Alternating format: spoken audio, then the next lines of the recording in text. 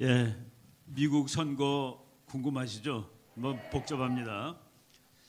제가 이번에도 그 트럼프 대통령이 된다고 예측을 했는데 저는 점쟁이가 아니고 학자이기 때문에 여러 가지 이 조건들을 다 보고서 이번에 분명히 트럼프가 된다라고 얘기를 했습니다. 우리 이제 제가 고등학교 때 제가 그 제일 가고 싶었던 대학이 서울대학교 영문학과였습니다.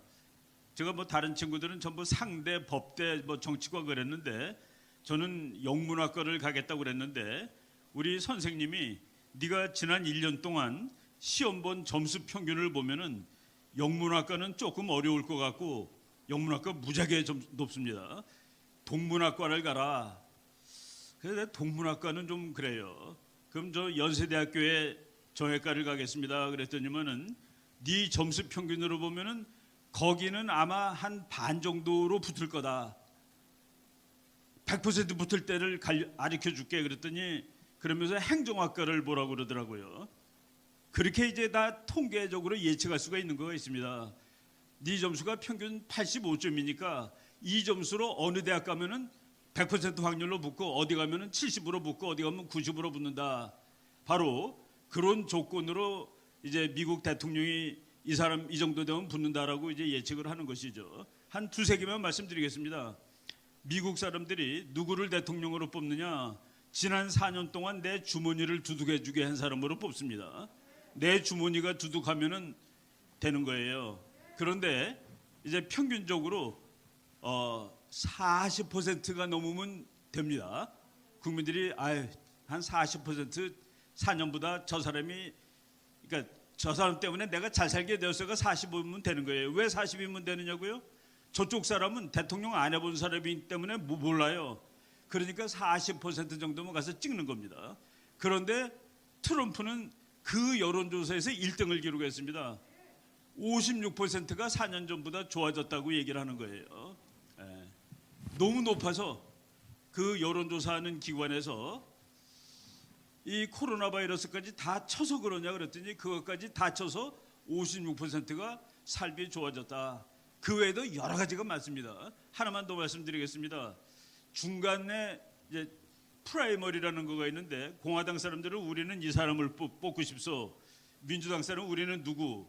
그런데 거기서 어느 정당이든지 75%의 지지를 받은 사람 중에서 대통령에 떨어진 사람이 아무도 없습니다. 트럼프는 94% 지지를 받고 후보가 됐습니다. 바로 이런 등등 우리가 학자로서 이거는 못 쓰는 데이터야, 이거는 확실해, 이런 것들을 가지고 봤을 때 트럼프가 이길 것이다 라고 얘기를 했습니다. 그리고 이제 그날 선거를 하는데 그날 밤 미국 시간으로 선거를 하고서 밤 한 12시 무렵까지 트럼프가 이기는 거로 나와가지고 그래서 트럼프를 아주 싫어하는 CNN이라는 방송사에서 트럼프가 이겼다라고 발표를 해버렸습니다.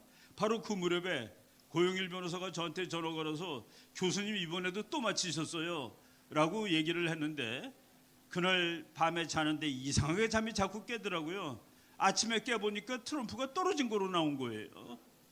여기서 이제 문제가 발생을 하는 겁니다. 미국 대통령은 국민들 전체가 가서 뽑아가지고 한 사람이라도 더 많은 사람이 되는 게 아니라 각 주별로 선거인단을 뽑아서 그 선거인단이 가서 이제 투표를 하는데 미국의 선거인단이 총 538명입니다. 그 538명을 인구가 많은 캘리포니아에서는 55명을 뽑고 인구가 아주 적은 와이오밍에서는 3명을 뽑는 겁니다. 그래서 이제 주마다 다 우리는 요 3명, 우리는 여기 55명 이렇게 해서 보는데 거기서 항상 좀 치열한 주가 6개가 있는데 그 6개 주가 지난번에는 트럼프가 다 이겼었는데 아주 제일 중요한 거 미시간, 위스콘신, 펜실베니아인데 거기서 트럼프가 다 이겼는데 이번엔 다진 거로 나온 겁니다. 그런데 트럼프 대통령이 아침에 깨서 여기서 내가 왜 져? 말이 안 되잖아. 그런데 거기 그 컴퓨터로 점수 올라간 걸 보니까 트럼프가 쭉 이렇게 올라가고 바이든이 그 밑으로 이렇게 갑니다. 두 줄이 올라가는데 새벽 3시 42분에 팍 튀는 겁니다. 바이든 표가 팍 튀어가지고 트럼프를 앞지르는 거예요. 14만 8천 표가. 그 사이에 트럼프 표는 미시간주에서는 그 두 중에서 한 주는 0표, 그리고 한 주는 표, 200몇 표. 그러니까 114만 표가 한 사람이 올라가는데 그 시간 동안에 아무리 기계가 잘 쳐도 14만 표를 쓰지 못합니다. 이런 것들 때문에 트럼프가 이거는 부정이야. 이거는 기계가 지금 조작된 거야. 기계 조작된 것은 어떻게 조작하냐면은 제가 최근에 동영상을 봤습니다. 표 집어넣는 걸 막 집어넣는데 그냥 읽으라는 대로 읽는 거예요. 여긴 트럼프 표 100표 나오게 읽어. 바이든 표 120표 나오게 읽어. 그러면 어떻게 집어넣어도 그렇게 나온답니다. 그거를 시연하는 것을 보고서 미국 사람들이 이럴 수가 하는 그것이 벌써 2010몇 년에 다 그 기계 도미니온이라는 회사가 만든 기계랍니다. 그 기계를 미국에서 30몇 개 주가 썼는데 지금 제일 시비가 걸린 펜실베니아 그리고 위스콘신, 미시간, 조지아 그리고 이제 저쪽 2개 주 해가지고 지금 이제 그 주가 총 79표인데 그 79표를 지금 미국에서 소송을 걸어가지고 그 79표가 결정이 안 된 겁니다. 그러다 보니까 지금 현재 결정된 표만 가지고 보면은 트럼프가 232표, 바이든이 227표. 그러니까 둘 다 538 나누기 2 그러면 269인데 269보다 한 표가 넘은 사람이 대통령이 되잖아요. 지금 그게 둘 다 안 된 거예요. 그 79개가 어디로 가야 되느냐. 근데 바이든은 그게 내 거야라고 계산해서 내가 300몇 표야. 그래서 내가 이긴 거야라고 언론이 얘기하는 겁니다. 그런데 주에서 이 사람이 이겼습니다. 우리 선거인단은 이 사람을 찍을 겁니다라고 아직 영어로 말하면 certify라고 그럽니다. certify 되지 않은 것이 79개예요. 79개가 certify가 되지 않아서 누구도 270표가 되지 않았다. 지금 현재 거기까지가 이제 지금 현재 진행 상황이고 그러고서 언제까지 돼야 되느냐? 12월 8일까지 모든 주에서 우리는 이 사람이라고 해야 됩니다. 그러면은 그 사람들이 12월 14일 날 모여서 투표를 해요. 그래가지고 대통령이 확정되는 건데 지금 상황으로 봤을 때 12월 8일까지 서티파이를 못할 주가 너무 많습니다. 그러면은 누구도 대통령이 안 돼요. 그때 미국 헌법에 의해서 이제 컨틴전트 일렉션이라고 이제 있습니다. 특별 선거 또는 뭐 임시 선거, 하여간 컨틴전트라는 것은 비정상 선거라는 뜻이에요. 그건 어떻게 하느냐? 그거는 미국의 하원이 모여서 합니다. 근데 하원은 지금 전체 숫자는 민주당이 훨씬 많은데 하원이 모여서 다 하는 게 아니라 하원의원 50명이 나가서 하게 돼 있습니다. 50주를 대표하는. 그런데 50주를 대표하는 그 연방 하원인데 캘리포니아 하원도 있고 텍사스 하원도 있죠. 그런데 캘리포니아는 하원의원이 인구가 많기 때문에 53명입니다. 53명 중에 공화당이 많냐 민주당이 많냐? 민주당이 많으면 민주당 한 사람이라고 하는 거, 한 사람. 예를 들어 텍사스에는 36명이 하원의원인데 그중에 공화당이 한 사람이라도 더 오면 나는 텍사스 대표로 하원의원 한 사람이라고 하는 겁니다. 그래서 50개 주를 지금 이제 50개 주의 국회의원이 하원의원이 나가서 선거를 하는데 이제 새로 뽑힌 데를 기준으로 할 경우에 전번보다 지난번에는 26개 주가 공화당이 유리하고 23개 주가 민주당 그리고 하나가 비기입니다. 그래서 지난 하원 이번에 하원도 다 뽑았습니다. 100%.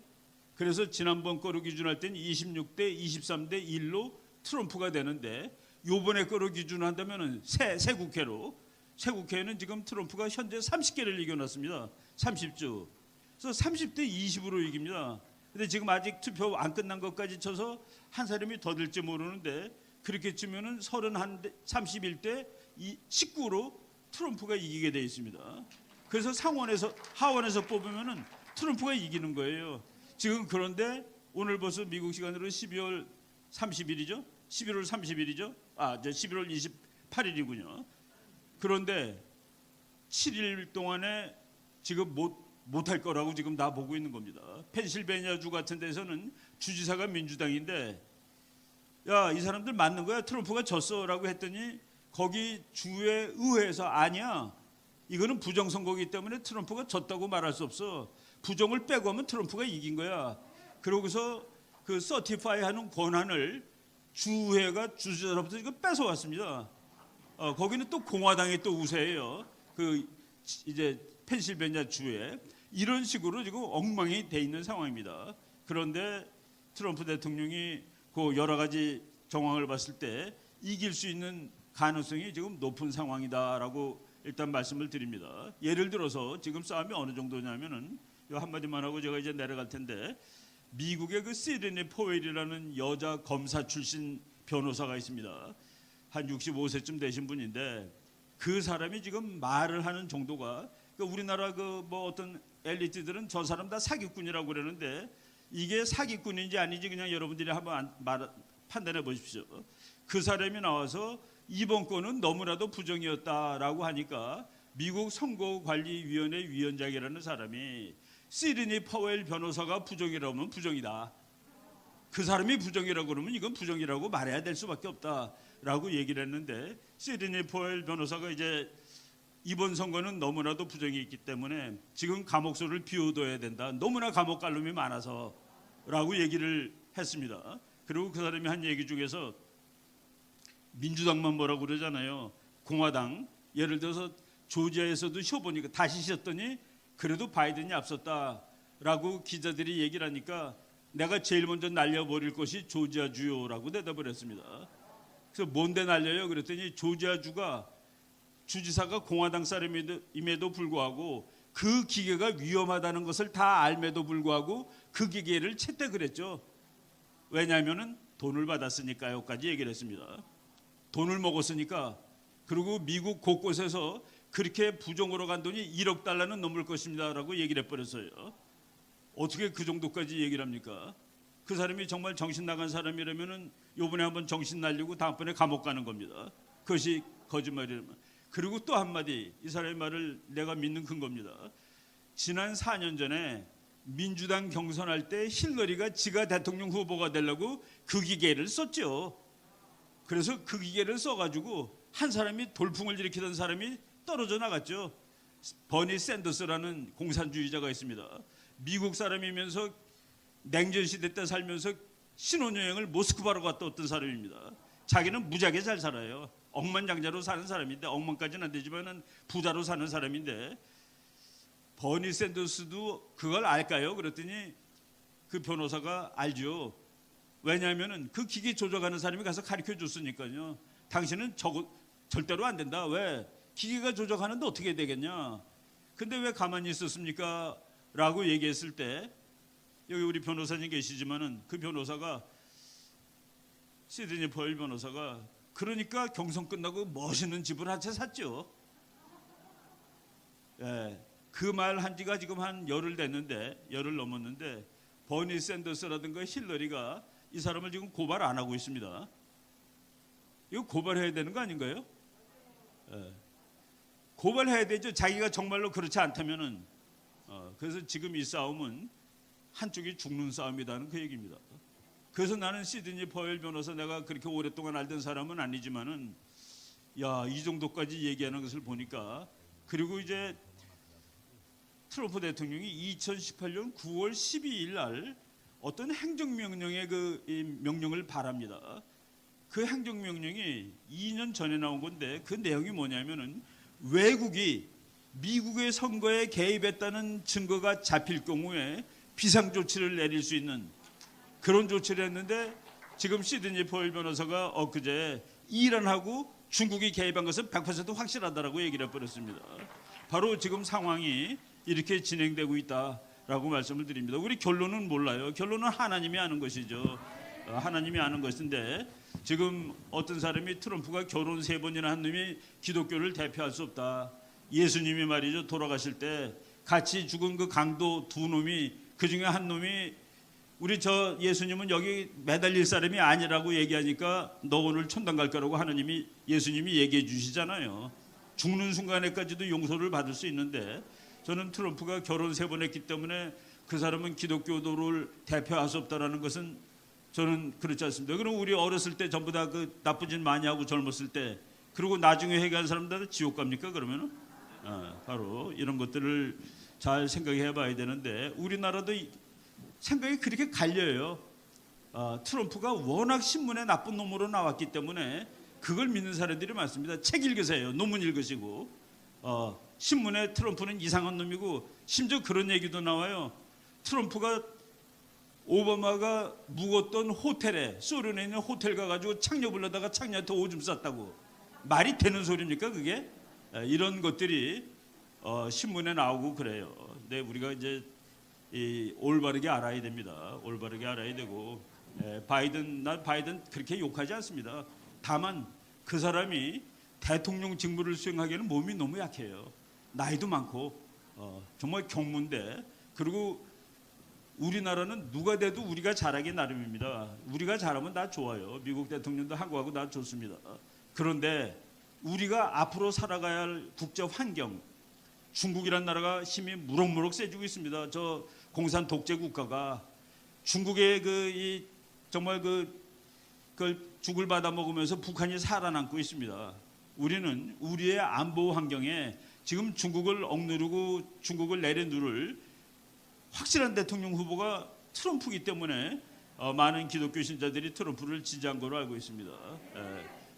우리가 지금 뭐 잘 기다리면은 좋은 일이 올 거라고 생각을 합니다. 제가 오늘 최근에 제가 그 구약의 전쟁에 관해서 읽고 그리고 또 맨 앞에 마태복음을 지금 새로 읽고 있는데 오늘 목사님이 딱 그 얘기를 하셔가지고 야 텔레파시가 통했구나라는 생각을 하는데 여기서 그 전쟁은 하나님한테 속한다. 제가 그 전쟁이 제 이제 세속적인 학문의 그 주제가 전쟁입니다. 나는 전쟁을 평생 공부하고 있는데 전쟁은 누가 이기냐? 제가 이제 힘센 나라가 이기는 줄 알았습니다. 지금 다시 깨닫은 것은 하나님 편에 서 있는 나라가 이긴다가 답입니다. 하나님 편에 하나님 편에 선 나라가 이기고 그거가 이제 워라고 안 나오고 배틀이라고 나옵니다. 전투는 하나님에게 속한 것이니 이번에 우리 교회가 정말 43명의 민간인이 무시무시한 사람들 수백 명을 이긴 걸 보니까 역시 그 배틀은 하나님이 하시는 거구나라는 그런 생각을 다시 해보게 되었습니다. 네, 고맙습니다. 네, 감사합니다. 박수.